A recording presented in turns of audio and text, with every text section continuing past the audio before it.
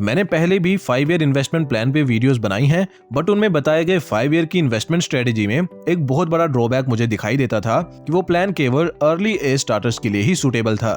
But आज की video में जिस 5 ईयर प्लान को मैं आपके साथ शेयर करने जा रहा हूँ, ये 3 डिफरेंट एज ग्रुप्स के लिए काम कर सकता है और ये पहले वाले प्लान का इम्प्रूव्ड वर्जन है। चाहे आप 20 के हों, 25 के हों या फिर 30 के हों, आप भी केवल 5 साल काम करके जिंदगी भर आराम कर सकते हो। और अगर आप 30+ भी हो, फिर भी ये वीडियो आपके कई सारे फंडे क्लियर कर सकती है। इसलिए पूरी वीडियो को एकदम ध्यान से देखना, क्योंकि आपकी फाइनेंशियल कंडीशन इस वीडियो के बाद बदलने वाली है। तो शुरू करते हैं बिना किसी डिले के। मिलिए 3 दोस्तों के साथ जिनका नाम है राजू, फरहान और रेंचो। ये नाम 3 इडियट्स मूवी से इंस्पायर्ड हैं।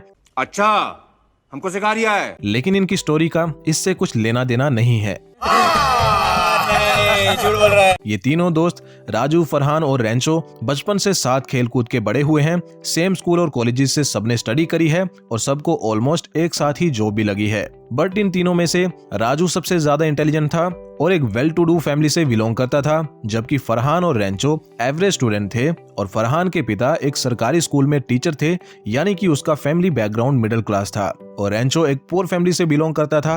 रेंचो की फैमिली की सारी उम्मीदें केवल उसी पर थीं। उनके अनुसार उनका बेटा पढ़ लिख कर बड़ा बनके उनका सहारा बनेगा। रेंचो ने काफी मुश्किल हालात देखे थे। एक 10 बाई 10 के कमरे में सारी फैमिली रहती थी, ऊपर से उसकी बहन भी जवान हो रही थी। उसकी शादी का जिम्मा भी रेंचो पर ही था और माँ बाप की उम्मीदों पर भी उसे खरा उतरना था। इसलिए रेंचो बड़ी जल्दी इस बात को समझ गया था कि उसकी जिंदगी उसके बाकी दोस्तों जैसी आसान तो बिल्कुल नहीं होने वाली। उसे बड़ी रिस्पॉन्सिबिलिटी के साथ काम करना पड़ेगा। हाउएवर, रेंचो की लाइफ में एक बात सही थी, क्योंकि उसका परिवार गरीबी की हालत से गुजर रहा था, इसलिए वो लोग थोड़े में गुजारा करना जानते थे। यानी कि रेंचो और उसकी फैमिली का लिविंग एक्सपेंस बहुत ही कम था और इसका सीधा मतलब ये था कि रेंचो चाहे कम भी कमाए तब भी वो सेव कर सकता था, जिसका फायदा उसे लॉन्ग टर्म में दिखाई देने वाला था। रेंचो स्कूल और कॉलेज में एक एवरेज ही स्टूडेंट रहा, बिकॉज उसके घर में हसल बसल इतना रहता था कि वो स्कूल से पढ़ भी नहीं पाता था। स्टिल वो फर्स्ट अटेम्प्ट में ही डिग्री कर पाया और ये भी बड़ी बात थी। आफ्टर ग्रेजुएशन रेंचो ने जॉब्स के लिए अप्लाई करना स्टार्ट कर दिया। मल्टीपल अटेम्प्ट्स के बाद रेंचो ने एक अच्छी कंपनी में इंटरव्यू पास कर लिया और कंपनी की तरफ से उसे डिसेंट सैलरी ऑफर करी गई। 20,000 महीना सैलरी रेंचो रिसीव करने लगा। रेंचो की फैमिली बहुत खुश थी। उनका बेटा आफ्टर ढेर सारा स्ट्रगल कमाने लगा था और अब उनकी भी उम्मीदें जगने लगी थी कि वो भी अच्छे दिन देख पाएंगे। और उनके लिए अच्छे दिनों का मतलब कोई लंबी कार लेना या बंगला खरीदना नहीं था, बस केवल स्कूल से 2 समय का खाना खा पाना, अपनी बेसिक जरूरतें पूरी कर पाना और बेटी की शादी करवाने तक ही सीमित था। और 20,000 सैलरी में इससे ज्यादा उम्मीदें लगाना भी सही नहीं होता। But Rancho was determined. उसका सपना केवल इतना नहीं था, वो एक ऐसी लाइफ चाहता था जिसमें वो, उसकी फैमिली सब फाइनेंशियली सिक्योर हों। अगर कोई अनवांटेड प्रॉब्लम आ जाए जो पैसों से सॉल्व करी जा सकती हो, तो इसके लिए उसे किसी दूसरे का सहारा ना लेना पड़े, या फिर वो अपनी इच्छा अनुसार जब चाहे, जहां से चाहे और जिसके साथ चाहे काम करके भी सरवाइव कर सके। जिंदगी भर वो गधा मजदूरी नहीं करना चाहता था। उसके हालात चाहे मुश्किल थे, लेकिन उसका गोल एकदम क्लियर था। ही wanted to be financially independent और इसके लिए उसने फुल प्लानिंग अर्ली एज में ही स्टार्ट कर दी थी। ही वॉज 20 जब उसको जॉब लगी थी और केवल 21 की उम्र में उसने बजट बना के सेव करना भी स्टार्ट कर दिया था। तो चलिए उसकी प्लानिंग को एक बार मैं आपको ब्रीफली समझा देता हूँ। ये प्लान आपके बड़े काम आ सकता है, इसलिए इसे ध्यान से समझिएगा। रेंचो 21 की उम्र का था जब वो फाइनेंसिस को थोड़ा बहुत समझने लगा था और मनी मैनेजमेंट को सीखने लगा था। उसका प्लान था कि वो सबसे पहले रिटायरमेंट के लिए सेव करेगा और रिटायर होगा एट द एज ऑफ 55 और 56। लेकिन वो इतने लंबे समय तक सेव और इन्वेस्ट नहीं करते रह सकता था, क्योंकि उसका गोल केवल रिटायरमेंट के टाइम अच्छा पैसा जोड़ना नहीं था, उसको अपनी और अपनी बहन की शादी भी करवानी थी। फिर उसकी कुछ डिजायर्स भी थी जो कि जवानी में ही पूरी करी जाएं तभी उनका कुछ मतलब होता है। इन सब को मद्देनजर रखते हुए उसने एक स्ट्रेटेजी बनाई। सबसे पहला काम उसने ये किया कि उसने अपनी सेविंग्स को मैक्स आउट किया। उसके बाद उसने 5 साल यानी 60 महीने के लिए SIP लगाई और SIP का अमाउंट रखा 5,000 रुपए। रेंचो क्योंकि कम उम्र में स्टार्ट कर रहा था और उसके रिटायरमेंट तक उसके पास कई साल थे, इसलिए उसे ज्यादा स्ट्रेस लेने की जरूरत नहीं थी कि किस में वो इन्वेस्ट करे और किस में ना करे। उसने सबसे इजी और सिंपल ऑप्शन चूज किया, विच वॉज इंडेक्स फंड्स, और सिंपली इंडेक्स फंड्स में SIP स्टार्ट कर दी, जिससे उसको 12% के CAGR रिटर्न्स मिलने लगे। 5 साल 5,000 की SIP लगाने से उसके पास पैसे बन गए 4,12,000 के करीब और आफ्टर दैट उसने SIP बंद कर दी और 4,12,000 को सारा जिम्मा थमा दिया रिटायरमेंट का। अब ये 4,12,000 खुद व खुद बढ़ते रहेंगे ऑटो मोड पे और अगर इनमें कोई छेड़छाड़ ना की जाए और रेंचो को 12% की CAGR मिलते रहे रिटायरमेंट के समय तक यानी कि 56 साल की उम्र तक, तो तब तक उसके पास हो जाएंगे 1,23,00,000 रुपए, जबकि उसने इन पैसों के लिए केवल 5 साल अनुशासन के साथ काम किया होगा यानी SIP लगाई होगी। 5 साल का SIP पीरियड खत्म होने के बाद उसके पास 5,000 एक्स्ट्रा बचने स्टार्ट हो जाएंगे जिनसे वो अपनी बाकी जिम्मेवारियों का ख्याल रख सकता है और इन सालों में उसकी सैलरी भी इंक्रीज हुई होगी जिससे उसकी क्वालिटी ऑफ लाइफ इंप्रूव हो सकती है। उसे अब रिटायरमेंट की चिंता करने की कोई जरूरत नहीं है। वो अब अपनी सारी सेविंग्स का इस्तेमाल और कामों में कर सकता है, जैसे कि अपनी बहन की शानदार तरीके से शादी करवा सकता है या फिर फैमिली के साथ कोई फन एक्टिविटी के लिए कोई ट्रिप प्लान कर सकता है। माना कि उसे रिटायरमेंट तक नौकरी ही करनी पड़ेगी बट एटलीस्ट वो उन लोगों से तो ज्यादा फुलफिल्ड लाइफ स्पेंड कर पाएगा जो डेट ट्रैप्स में फंस के अपनी जिंदगी को ऑलरेडी झंड कर चुके हैं। और रेंचो और उसकी फैमिली की क्वालिटी ऑफ लाइफ भी सुधरेगी। जो पहले केवल एक कमरे में रहते थे वो अब एक अच्छे फ्लैट में शिफ्ट हो सकते हैं और रिटायरमेंट के समय अगर सब प्लान के मुताबिक चला तो उसके पास 1,23,00,000 रुपए का रिटायरमेंट अमाउंट भी होगा जिससे उसके किसी दूसरे पर से डिपेंडेंसी खत्म हो जाएगी। आमतौर पे बुढ़ापे में लोगों का सहारा केवल उनके बच्चे होते हैं बट ये एक रिस्की स्ट्रेटजी है, इसलिए एक रिटायरमेंट अमाउंट होना बुढ़ापे के समय इज अ मस्ट थिंग। तो ये थी रेंचो की स्ट्रेटजी जिसको फॉलो करने से वो केवल 5 साल इन्वेस्ट करने से रिटायरमेंट के लिए 1,23,00,000 का कॉर्पस सेव कर पाएगा और 5 साल बाद अपनी पूरी इनकम का इस्तेमाल अन्य कामों में कर पाएगा। इसकी ये प्लानिंग इस ट्रेडिशनल थिंकिंग को चेंज करती है कि इन्वेस्टमेंट के लिए आपको मर मर के जीना पड़ता है। 5 साल के निवेश से मनचाहे रिटर्न्स लेने के बाद रेंचो ने अपना प्लान अपने दोस्तों के साथ भी शेयर किया जिसे दोनों दोस्तों ने यानी राजू और फरहान ने खूब सराहा भी। लेकिन राजू ने निवेश करने से ओपनली मना कर दिया बिकॉज वो ऑलरेडी अपनी जॉब से इनफ अर्न कर लेता है। उसे कॉलेज कैंपस से ही प्लेसमेंट मिल गई थी और उसकी सैलरी भी काफी अच्छी थी। ऑन टॉप ऑफ दैट उसका फैमिली बैकग्राउंड भी स्ट्रॉन्ग है, सो उसे निवेश की जरूरत अभी तक महसूस नहीं होती। But Farhan on the other side एक मिडिल क्लास बैकग्राउंड से आता है और उसे भी लगता है कि इन्वेस्ट करना इंपॉर्टेंट है, इसलिए उसने रेंचो से कहा कि वो उसे भी सिखाए कि ये 5 ईयर इन्वेस्टमेंट प्लान क्या है और कैसे ये इसके काम आ सकता है। रेंचो ने उसे बताया कि देखो तुम ऑलरेडी मुझसे 5 साल लेट हो, इसलिए तुम्हें 2 चीजों में मुझसे आगे रहना पड़ेगा। नंबर 1 अमाउंट ऑफ SIP और नंबर 2 रिटर्न परसेंटेज। ये दोनों चीजें तुम्हें मुझसे ज्यादा चाहिए, तभी तुम मेरी जितनी सेम एज में सेम अमाउंट से रिटायर हो पाओगे।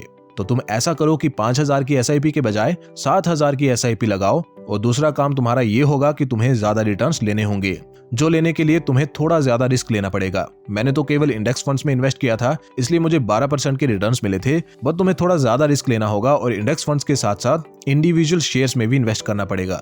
तो तुम ऐसा करो कि जल्दी से एक डीमैट अकाउंट भी खुलवा लो।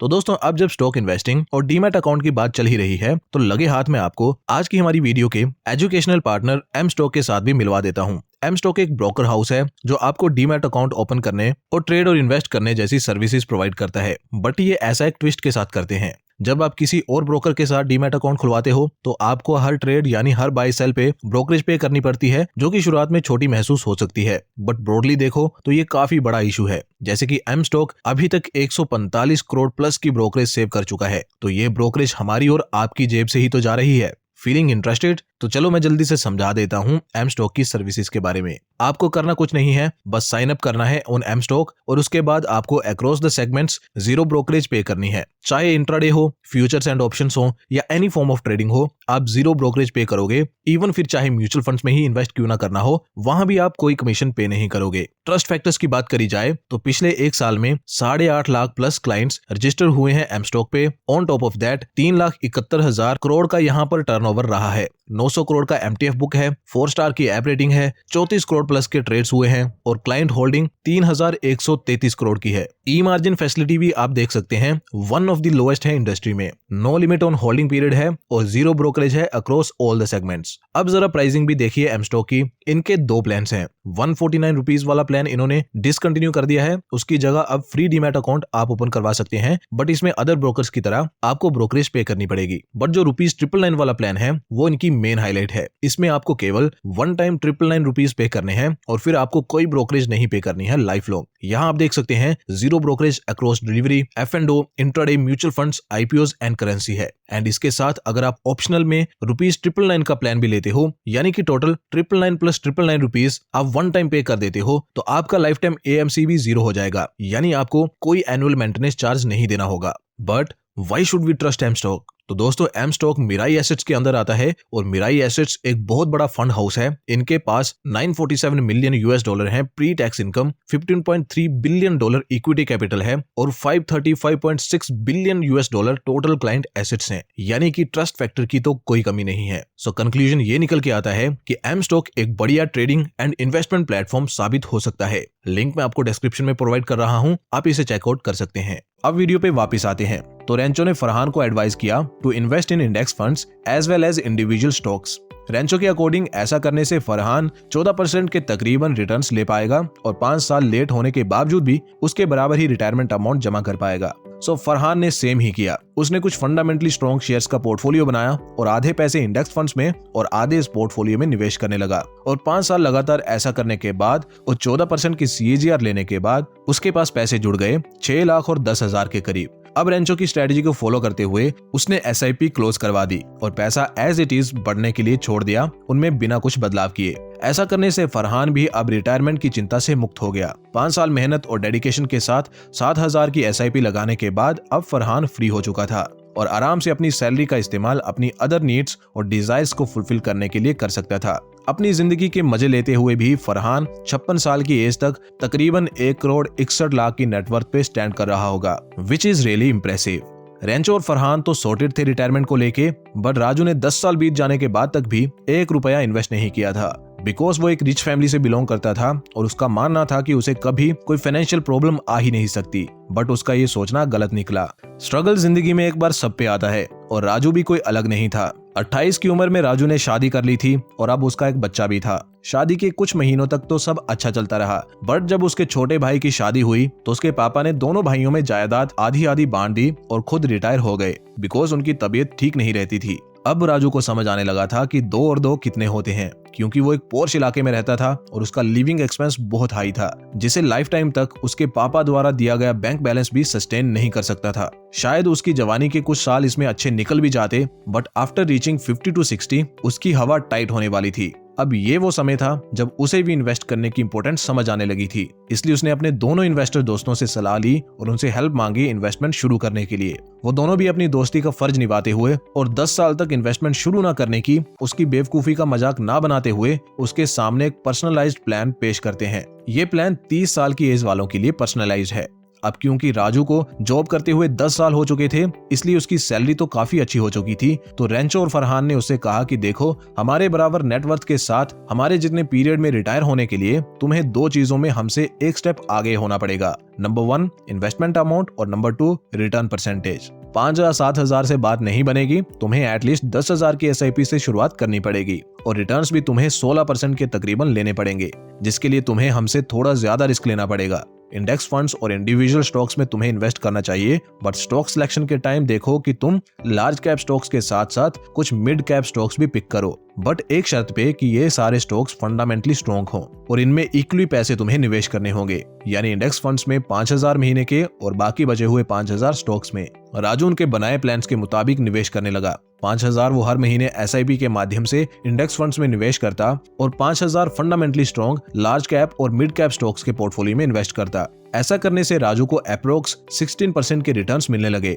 जिससे 5 साल लगातार निवेश करने के बाद राजू के पास पैसे जमा हो गए 9,22,000 के करीब। आफ्टर दिस राजू ने इन्वेस्ट करना बंद कर दिया और अब वो फ्यूचर की चिंता से मुक्त है। उसकी सैलरी और पापा से मिली जायदाद से वो अपने लग्जरी लाइफस्टाइल को मेंटेन कर पाता है और 5 साल तक लगाया उसका एफर्ट उसकी रिटायरमेंट की देखभाल करता है। अगर सब प्लान के मुताबिक गया तो राजू की इस इन्वेस्टमेंट की वैल्यू रिटायरमेंट के समय तक यानी 56 साल की उम्र तक हो जाएगी 1,79,00,000 रुपए, जो कि काफी बढ़िया है इस फैक्ट को मद्देनजर रखते हुए कि ये केवल राजू के 5 साल के एफर्ट्स का नतीजा है। तो ये था 30 साल के लोगों के लिए 5 ईयर इन्वेस्टमेंट प्लान। अगर आप 30+ हो और आपने अभी तक भी स्टार्ट नहीं किया है तो आप इस प्लान को फॉलो कर सकते हो, बट एक बात को ध्यान में रख के कि स्टॉक मार्केट में ऑलवेज रिस्क इन्वॉल्व होता है, इसलिए आप ज्यादा रिटर्न्स लेने के पीछे मत भागिएगा, बिकॉज स्टॉक मार्केट रिटर्न्स की कोई गारंटी नहीं देता। इंस्टेड आप SIP अमाउंट इंक्रीज कर सकते हो to retire with more money.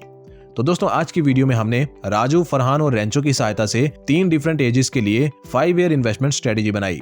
आपको ये वीडियो कैसी लगी कमेंट करके जरूर बताएं। ऑल्सो आप एम स्टॉक को यूज कर रहे हैं या फिर नहीं, ये भी हमारे साथ शेयर करें। By the way, M stock का लिंक मैंने डिस्क्रिप्शन में दिया है, अगर आप उसे ऑलरेडी यूज नहीं कर रहे हैं तो लिंक पे क्लिक करके अभी से उनकी सर्विसेज का इस्तेमाल करना शुरू कर सकते हैं। Investments in securities markets are subject to market risks. Read all the related documents carefully before investing.